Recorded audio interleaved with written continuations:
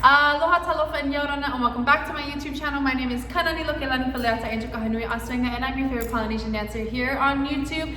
Today's video is going to be me just sharing my mana'o and what I believe and what I think and what I value as an Ori Tahiti dancer, as a Polynesian woman, as a woman in general, as a person, as a human being. This is the things that I value and what I want to share with you, and something that I would want to put out in the world. So let's just get into it. Today's video is going to be the key points to Ori Tahiti, but the spiritual side of it, not the physical side of it.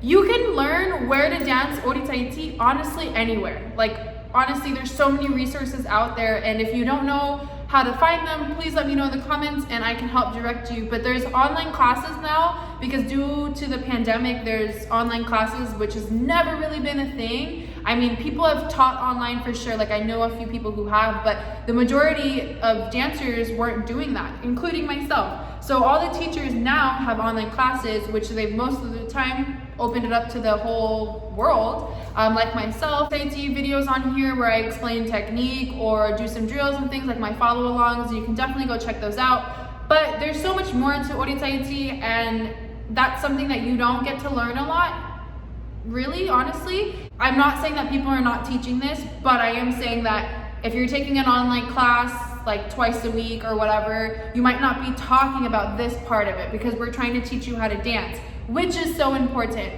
The part that I'm going to talk about now is what happens in your heart, what's going on in your mind as you're dancing, or when you're about to dance or approaching practice and things like that. I want to talk about that first. If you don't have a good heart, if your brain and your mind and your body and your soul are not in the right place, then what you want as the result, like if you want to have a good performance, if you want to just be a good dancer, you need to you need to hold a few attributes to Ori Tahiti in order to let the physical side come out. Does that make sense? I hope that makes sense. I hope this doesn't bore you, because if you genuinely want to be a good dancer, I really want you to listen to things I'm about to say. And especially if you're a young dancer, I really want you to listen to what I'm saying, because it's best to learn this at a younger age and to understand this at a young age. But even my adults and my growing dancers, teenagers and on, or like older than a teenager, this is important for you too, to maybe remember. Maybe you need a reminder of these things, and I hope this video is for you too. So if you are interested in my mana'o, my advice, and my values of Ori Tahiti on the spiritual side, please keep on watching. Okay, so there's 3 things I want to go over today. It's going to be what to think about, why and who, what to feel, what to understand, and what to remember when it comes to the spiritual side of Ori Tahiti. So I'll get into that. Basically, let's start with the big word that I think everybody knows, and if you don't know, I'll teach you it right now, is the word mana. Mana is many things. Mana is giving love, receiving love, being respectful, being powerful, being confident, and things like that, right? So having good mana is very important, and what I associate that with is a good heart and a clear mind, and a healthy mind is having good mana, like holding good energy inside of you. Share that mana and keep that mana to keep you uplifted as well. So this is a really key point to Ori Tahiti and the Tahitian culture and the Polynesian culture overall also. How to have a good heart and a good mind, what does that mean? Well, when you approach a dance performance, when you're walking into class, for example, you want to make sure that you know what you're going to do. Say you're having a bad day and something at work happened that really upset you, something at school happened that really stresses you out, but you have dance class tonight. Walking into dance class, forgetting about all of those outside problems that have nothing to do with Ori Tahiti or our love for dance and our love for the Tahitian culture, you know, throw all those negative things aside and really focus on what you're about to do, which is maybe dance class or doing a show. My dad always would say is that when you walk into our house, he always calls our studio a house, you need to let go of everything that's happening outside of these doors, outside of this roof. You need to make sure you brush off whatever happened at work or school in your life and come into the studio with an open heart and a clearer mind and dance.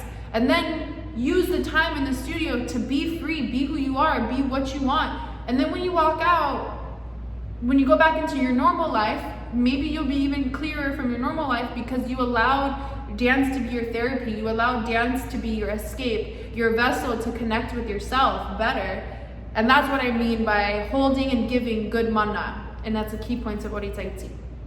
Another key point of Ori Tahiti is what to think about. What do you think about when you're dancing? What do you think about when you're going on stage, right? Why are you doing it and who are you doing it for? What I'm thinking about when I'm about to dance is who am I dancing for? I always dance for myself. For me, dancing is a special thing that I get to do for myself, with myself, where I feel more confident and more beautiful and more strong and all of those things. When I'm gonna do a performance for somebody, the other half of my thinking is, if it's a client for a luau show, if I was hired to do a private show for someone's birthday party, someone's wedding, whatever, anything like that, I think about how I can make my client happy. Somebody had been to Hawaii when they were really young, and then it's their 80th birthday, and Hawaii, the time they spent in Hawaii was the most wonderful time of their life. So when I go out and do a performance, I'm thinking about how I can make that person feel like they're back in that moment of their life. Because a lot of times clients will call us and be like, you know, tell us a story like that, and it's a very common thing. So when we go to a show, our job is to make sure that person feels connected with the best time of their life, which is why we're there, because they want to relive that moment.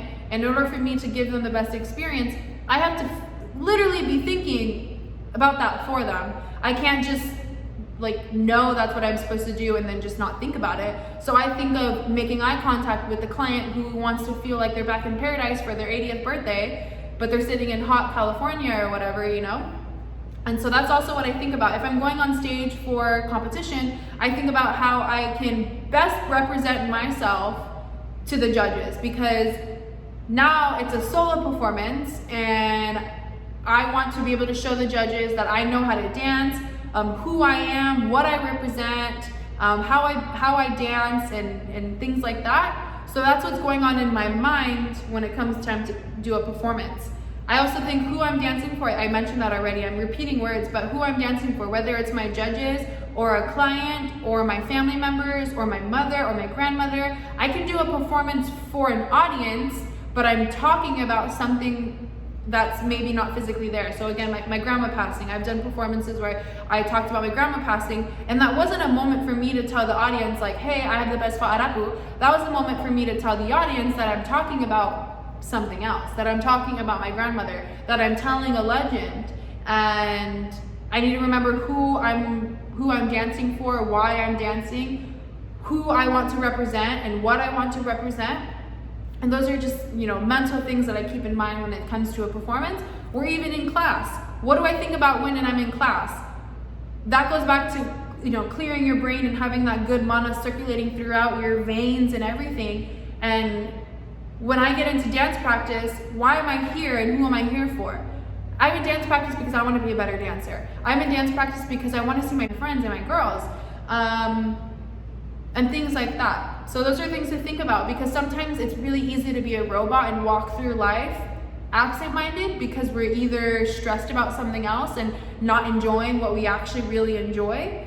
And I just want to, you know, again, if you're an older girl or older man or dancer, woman, person, human, this is something you maybe need to be as a reminder. And then for my babies, these are things that I want to put into your brain and into your heart now, so you can take it through the rest of your life. And the last aspect of the spiritual side that I really want to talk about is remembering that Ori Tahiti is not ours. If you are not Tahitian, it is not your culture, it is not your dance, it is their dance, and it's something that they gifted to us, and that we need to recognize and remember the island of Tahiti when you do Ori Tahiti. I want to make sure that the people who created this art and who are the pillars of this culture, I want to make them proud. I want to show them that I take your culture with so much respect. I want to make sure that I am embracing someone else's culture with, you know, proper knowledge, making sure I recognize the language behind Ori Tahiti, recognize the proper steps,